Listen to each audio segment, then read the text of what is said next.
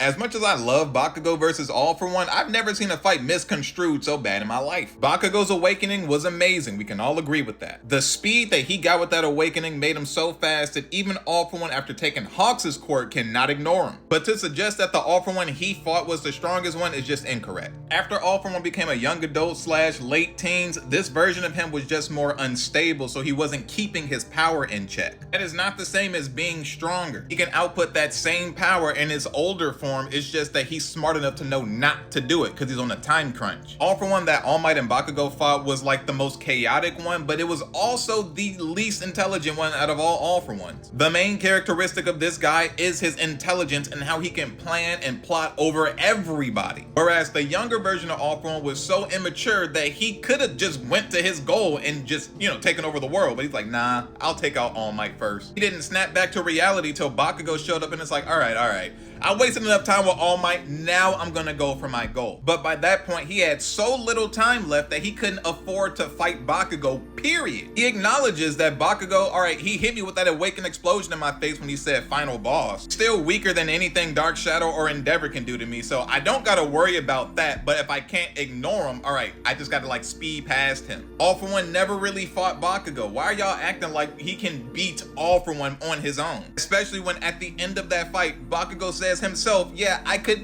never hope to beat that, at least not alone. And he wasn't alone. The only reason why the All For One he fought was a kid in the first place is because of the 50 plus people that fought him before that day. Because Endeavor was able to kill him in the first place. If you think Bakugo will be beating an adult All For One that's thinking like an adult, you're wrong. It's thanks to all the people that fought All For One that day that at the end of it, Bakugo didn't have to deal with that All For One, he just had to deal with the little kid that was left. Long story short, no, Bakugo did not kill a stronger version of All For One. All For One gave up the last of his years in that All For One goal move, so whether Bakugo took it down or not, he was finna be a baby afterward. And even then, this would have still killed Bakugo if it wasn't Hawks' spirit inside that quirk realm that was rallying all the other quirks because All For One had a copy of the quirk All For One. Since he didn't have the original, like earlier in the war, his quirks were starting to rebel against him. The last explosions against Bakugo, his quirks were not doing anything, allowing Bakugo to just get free hits and finish him off. The thing that's so weird about it is all this happened on screen and I don't know how you guys missed it. So if you go back to rewatch it, make sure you read the subtitles this time. It's okay if you miss something to go back and